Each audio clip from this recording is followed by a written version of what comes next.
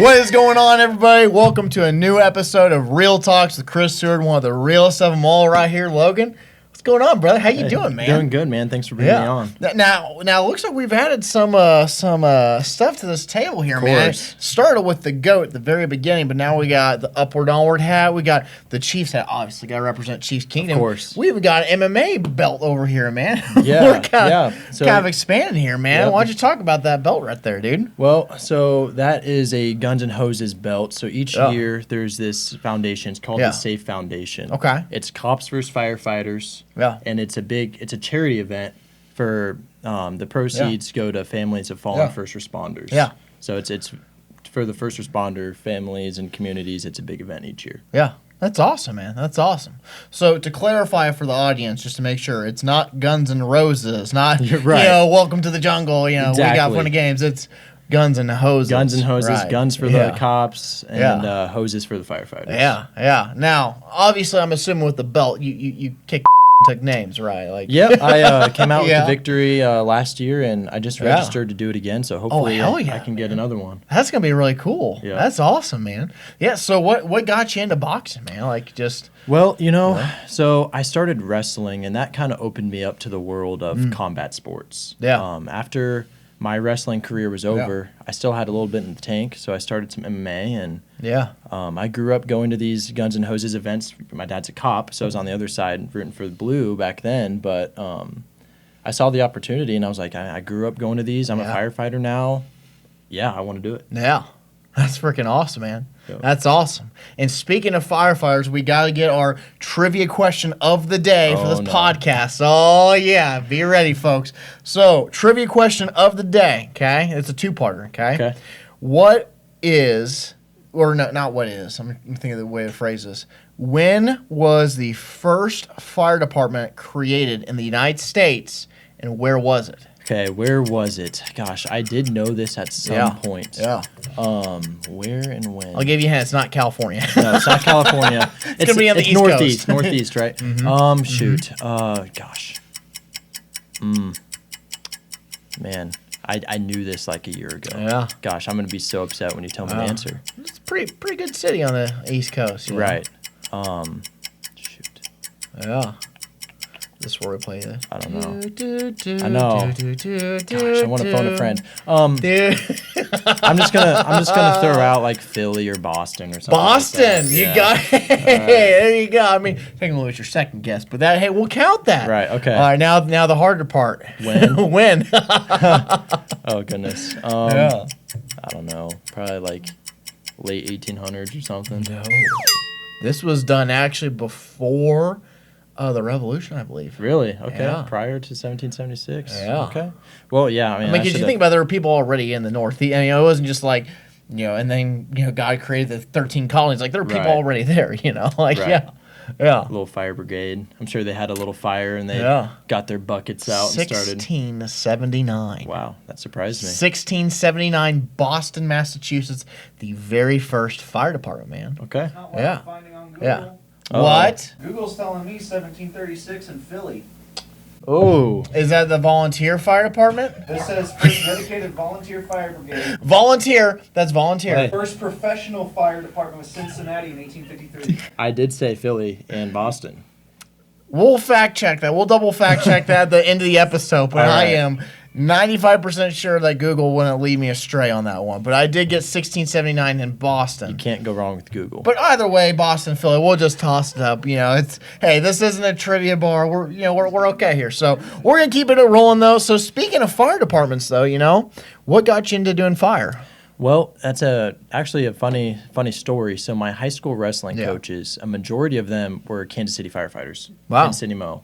Yeah. And I was really close with my high school wrestling coaches. And on the flip side of that, my dad's a police officer and told me if he could go back and be a firefighter. I have heard that too from my dad, who is also a cop. Yeah. Right. So I went to college to keep wrestling, and I was a business major, and I quickly learned that the desk job wasn't for me. Yeah. So I went back to the drawing board, and I talked with both my dad and my high school wrestling coaches, and they're like, we really think you'd be a good firefighter and you'd like it. So I did it. That's awesome, man. Yep. It's awesome. You got any regrets? No. At least yet? No, best job in the world. Hell yeah, man. I love that, dude. I love it. What do you love most about your job? Honestly, it's the camaraderie with my crew. It's like a sports team. Like when you're not running calls and you're not writing reports, you're hanging out with your best friends, cooking food, working out, watching football. That's awesome. There's nothing like it. You get paid to have fun. Now, I will say, I think of course, because, like you got to be able to wear a mask and stuff, right? Right. The facial hair policy, I think, would be kind of tough. I mean, it's a sacrifice I have to make. I'm rocking a pretty you got the gnarly stash, mustache right now, but yeah. Now you've heard like the I'm mustache you a question, but I'll shave it for later. Okay. All right. Yeah. That's a good one right there. You can use. That is a good one. I'll tell you what, man. I don't think I got the jawline, man, to rock a mustache, man. Like the beard kind of keeps it looking good. You know what they say? Yeah. Beards are men's facial hair, and I wish I could have some. So I wish I could do that. In Kansas City, Missouri, they allow facial hair on their fire departments. Yeah, that was pretty recent. Wow. Maybe one day other departments will do the same thing, but we have to shave. We have to be clean shaven every day for a good seal for your mask. Yeah. Dude, I'll tell you. So I used to work St. Luke's, and during COVID, you got N95 tested, right? And so you had to be able to wear a mask, but at the same time, like, yes, all respect to COVID, but I like my beard. Right. So they would spray this bitter spray, like so how it works for those who aren't familiar, you would wear this like. Not a helmet. It's like a thing over your head, kind of look like a beehive person, No, but and there's this little circle, and they spray a bitter or a sweet taste, and if you can smell it or taste it on your tongue, then you don't pass the test, because then obviously if there's an airborne substance or something like COVID or something, then you're obviously going to ingest it, right? Yep. So back when I had to get N95 tested, I liked my beard. And so I was tested, and first mask failed through. The second mask, third mask I failed. And they're like, okay, if you don't get this next mask, you got to shave the beard, right? And so they spray, lo and behold, I'm like, I taste it all right. But actually, correction. I taste it. But I was like, nope, I don't taste a single thing. And you'd rather have that beard. They're like, are you sure? I'm like, no, I'm great. Oh yeah. But yeah, can't say that I blame you. Yeah, no, dude. I mean, look, I don't. People, you want to have facial hair, Right. I mean, unless you're George Clooney or something, you just got that jawline. I mean, you got to have a beard, Absolutely. But yeah, man. So that's awesome, man. So we got the MMA belt here. Okay. Right. You're also coaching wrestling. Is that correct? Yeah, it's actually. I kind of turned into my former high school coaches, so I coach at my old high school. So I turned into one of the firefighter wrestling. And what's coaches. your old high school? Oak Park. Yep. Okay, cool. Now, are you like the head honcho coach, or are you kind of like one of the assistant coaches? No, I'm an assistant coach. Okay. Yeah, I'm just there to help out the kids. They need more one-on-one coaching, and I'm still relatively active, so I can be hands-on. With those kids and really give them good looks, push the seniors and the leaders in the room and make them better. And hopefully give them the edge they need to go place at state. So you've done a lot of different, fighting styles too, right? Yeah. How does that translate into coaching, but into wrestling? Have you ever found yourself pulling from like jiu-jitsu or boxing or something into the wrestling world?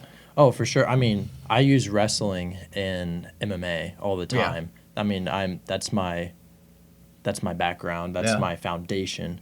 When I'm in the MMA gym, my hands are better because of the threat of the takedown. Yeah. So they were like, okay, he might take me down. So that helps me with my striking a little bit. Footwork a little bit too in boxing, moving around. It was a little awkward though, because in wrestling I would lead with my right leg. Yeah. But in boxing and MMA, I'm left foot right forward, leg. Orthodox. Well, I guess that does make sense. So I wrestled, Right. for those that don't know, I wrestled for 3 years in high school. And I guess that does make sense that you kind of lead with your right leg, because you're right. You got to be ready for the sprawl. You got to be ready to sprawl, and you also got to be ready for the takedown. You got to really lunge forward. Yep. Yeah, that's kind of weird. So it was just a little bit of an adjustment. Once I once I'm training a little bit more, I need to get to the point where I can switch stances. You know how Conor McGregor is always moving his stance. Yeah. That's one of the reasons why high-level fighters Y'all are gotta work on your Irish accent too. That'd be kind of cool, Yeah, a lot of guys, they like to try to go copy Conor, and I think you just got to go pave your own path and be your own person. I respect that, man. So. I respect that. Yeah. So speaking of paving paths, man. So like, what would you say on your journey has been the most important thing you've learned, from your MMA experience, your story? So. The biggest thing I learned in wrestling is a sport, you will get what you put into it.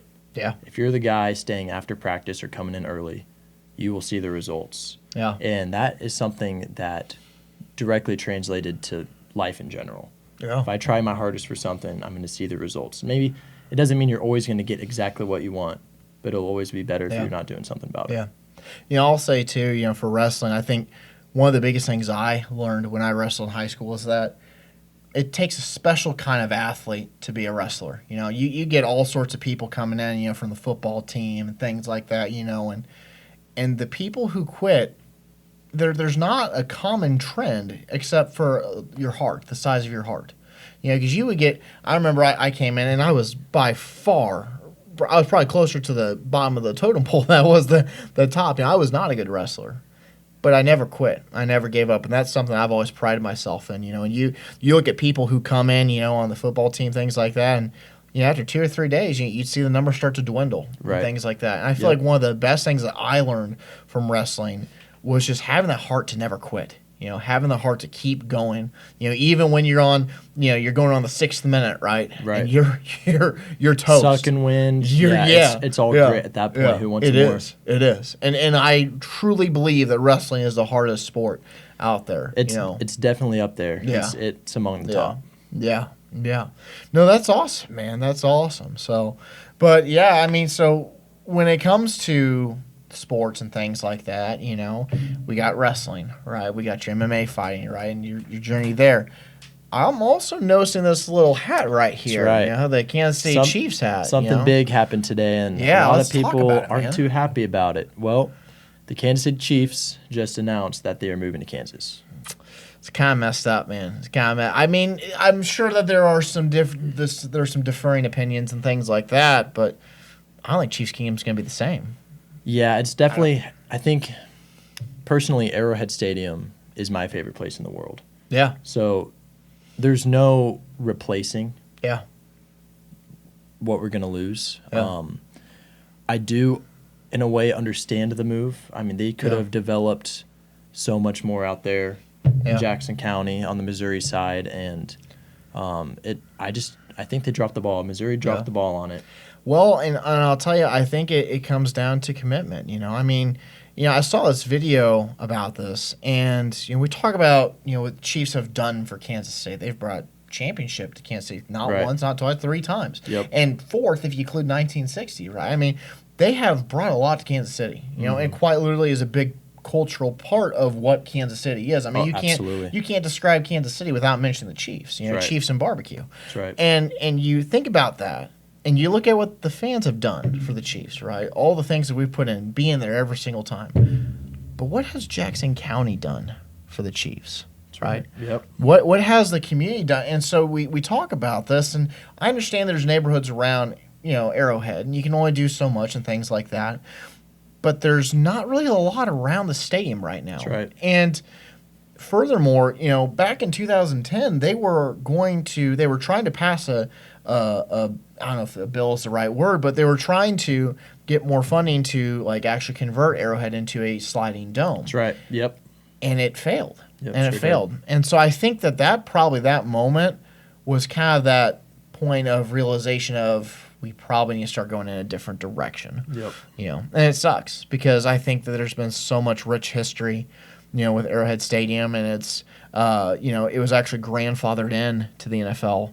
Lamar Hunt built it with a steeper elevation in the chair, so a steeper angle. So a lot of people, I don't know if you know this or not, but a lot of people think about the decibel record and they think, oh, well, we're really loud, and that we are. But part of it is that we can fit more seats at Arrowhead because it's a steeper incline. There's more chairs, and we're going to be changing that completely. So it's going to be a whole new era of football. It is. Yep. Yeah. Yeah, I'm definitely gonna miss it. The weather is part of the reason why Arrowhead is so great. I remember the playoff game against Miami. I was actually at that game, the coldest game in Arrowhead ever. Yeah. And it was something else. Yeah. I'll tell you, I remember one time I went to a playoff game. It absolutely sucked. This was before Mahomes was there, and we were playing the Tennessee Titans with Marcus Mariota. Oh, man. And he threw the touchdown. Himself. Because Ty Law batted it in the air. He caught his own pass and got in the end zone. And we were surrounded by Titans fans. And it was just one of the most. But I'll tell you, when we think about cool experience, things like that, that's what comes to mind. You know. Yep. You know, and I'll say, there are some sports, where obviously, you don't want to go during the cold winter months, like baseball. It's not the same. Right. You're gonna go to baseball in the middle of July, eat a hot dog, have ice cold beer, and watch 9 innings, right? But with football, there's something to be said about winter ball. Of course. I think we see less and less teams, with an open stadium, and they're going to domes and things like that, and it's not going to be the same here in 10 years. It's not going to be the same. I understand it from a business point. Having a dome stadium, you can bring in other events, other times, concerts, whatever, you name it. But there's something to be said about cold weather games. I mean, look at Lambeau Field. It's one of the most historic and famous stadiums. Yeah. So, it's definitely going to be something we're going to miss here in Kansas City. Yeah. But, I think on that note, though, you got to find a way to move forward. You got to find a way, to keep doing great and all that stuff. And I'm sure as a city, we'll keep persevering, Absolutely. Yeah. So on that note, I want to talk about, for you, tell me about a time that you had to persevere through something. Grant, we're not the owners of the Chiefs and all these things, but right. What's something for you that you had to overcome? Oh, man. Well, the first thing that comes to thought is my senior year wrestling, I was cutting a lot of weight. Yeah. Football season ended, I was about 165 pounds. I wrestled at 145. And I was already pretty lean. Yeah. So I cut 20 pounds, and it was hard. I got down to it, but it was very hard to sustain that. Yeah. And there was a tournament where I was doing pretty well. I made it to the semifinals, lost. Go to the third place match, lost. And it really pissed me off. Yeah. So I just started eating, and I got full, and I was still eating because I was so mad. Yeah. I gained 20 pounds in 2 days. Holy crap! I'm not kidding. What? I gained 20 pounds, and some of it's fluids. Your body's retaining. Man, you were drinking gallons, huh? Oh my gosh! This dude went to Quick Trip and said, "No, I'll have 2 extra larges." I mean, I got stupid. I was eating to eat. Yeah. And I had to cut all that weight again and get back to 145 the next weekend for a tournament. And I'll tell you what, that was a battle, and I never did that crap again. So you hold up. I'm pushing the timeout button. We're pushing the timeout button right here. Hold up here. You're telling me that in 2 days you gained 20 pounds. I'm not kidding. And then in 5 days you lost it 20. all again.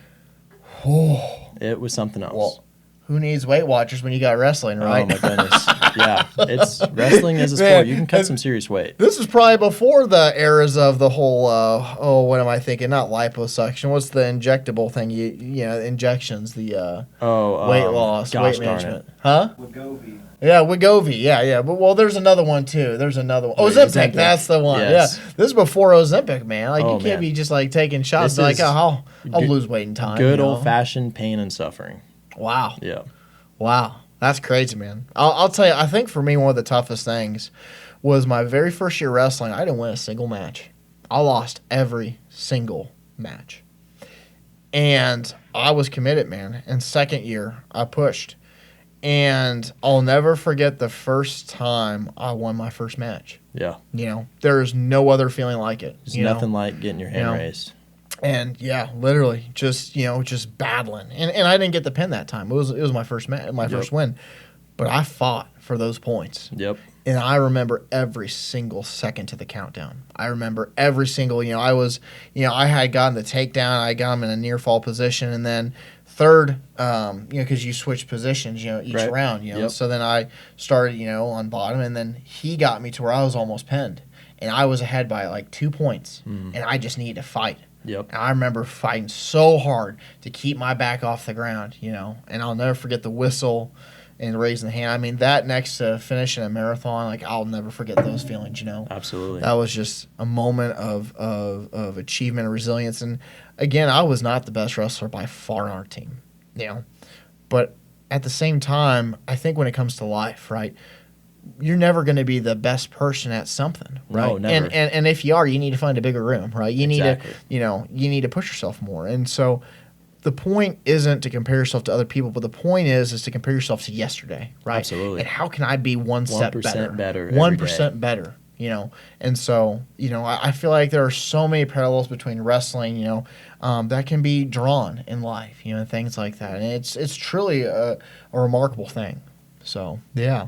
No, I love that, man. That's really awesome. And, I appreciate you sharing your story on that, man. You did mention to me earlier before we started, and you're trying to get me going on this, man, okay, that Stranger Things is coming out this year. Absolutely. I'm a big Stranger Things fan. Yeah. Here in a few days, we got more episodes coming out. I think they're going to drop 3 more, and then the series finale is going to be on New Year's Eve or New Year's Day. Wow. I'm not quite sure. Yeah. That's something else, man. How do you watch that, man? Dude, it's like the 80s vibes. There's nothing like it. It's a horror film, man. You got monsters. You got. I don't know, man. There's something about the 80s. I wish I grew up in those times, man. Yeah. It just looked like it was super fun. Yeah, that's fair, man. I'll tell you what. When it comes to me and it comes to movies and things like that, man, I'm a softie for horror films, and I hate admitting that, because no one wants to admit that. But like, dude. If it is not normal, it can stay in the fancy land, All right, yeah. Yeah, man. But no, that's awesome, dude.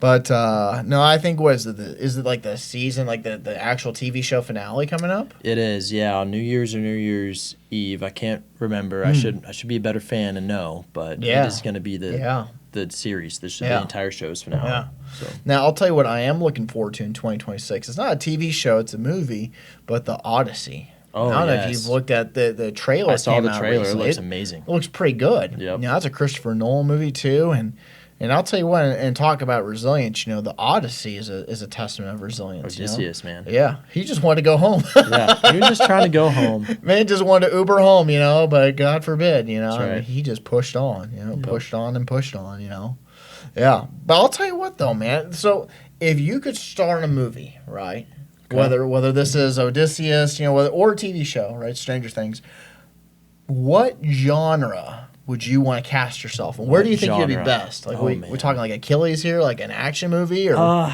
Man, I don't know. That is such a hard question. I think there has to be some comedy in there. There has to be some action. Okay. Got to get a good mix. Okay. Thinking like Kevin Hart kind of movie where he's doing something kind of cool, but there's shenanigans going on in the back. There you go. So, there you go. Now, would you be like Dwayne "The Rock" Johnson, or you like pick on Kevin Hart the entire time? Oh, no. Yeah. I love Kevin Hart. Yeah. I mean, hey, as Nikki Glasner put it, right, you got to hand it to Kevin because he can't reach, right? Oh, man. That's foul. Yeah, man. But that's awesome, dude. That's awesome. And I'll tell you what. So you're coming into 2026, right? That's right. What's the one goal you have for this year? I'm not talking like a New Year's resolution. I'm talking about a personal goal to yourself. Yep, personal goal, Amateur MMA Debut, 2026. Nice. Yep. Nice, dude. I love that. Yep. I love that, man. And, I'll tell you, I feel like a lot of people, and why, to clarify, why I said your personal goal and not a New Year's goal is because I feel like so many people look at New Year's resolutions as like, oh, this is just another thing. It's a new year, new me, and all this stuff. Right, and then, within 1 month, they quit. Yep. You can't look at it that way. And so for me, when it comes to New Year's resolutions, I don't necessarily believe in them, but I believe in having personal goals that you evaluate each year. Right. So, for example, I don't know about you, but for me, I have a list of 10 impossible goals that I look at every single day. And I think about where am I on that journey, right? And I have a personal mission statement that's just for me. And every year, I come back to that piece of paper, I look at it, I revisit it, and I ask myself, how did I do? Do I need to make an adjustment? Do I need to maybe change my goal or shoot higher, right? Right. And so I think that's just such a big part of just growing in terms of when it comes to goals and New Year's resolutions. I feel like people miss the whole importance of it. Is it nice to start New Year's Eve, New Year's Day? Absolutely, right? It's great to use that as momentum. But you're going to fizzle out if you don't have a deeper reason why, I agree. And I'll tell you this. I love asking this question on every single show and podcast. I love asking people what their why is, because I believe that far too often we don't think about this, what your personal mission is and all these things. And so for you, what's your why? My why? Well, I don't want to get too deep here, but my why, I need to be the best version of myself and become as close as close as I possibly can get to being the man that God created me to be. Yeah. So that is my why. I like that, man. Yep. Let me ask you this question real quick. What is the one Bible verse that means the most to you? John 13:7. So that one is like, you may not know now, but one day you will understand. So there could be something going on in your life where you're like, God, why? Yeah. Why is this happening to me? Yeah. And later on, you might just be like, yeah, now I understand why that had to happen. Yeah. And then my last question for you, to that person, that camera right there, that needs that advice today, what's your one piece of advice to that person watching this video? My best piece of advice to honestly anybody is to give your all in everything that you do. Because if you give your all, if you give your best effort, you will never have any regrets. Yeah. Well, I love that, man. I love that. Logan, I appreciate you being on the show, man. Thanks for having me. And I'll tell you what, to those watching today, remember, life never goes backward, only upward and onward. Take care. Let's go.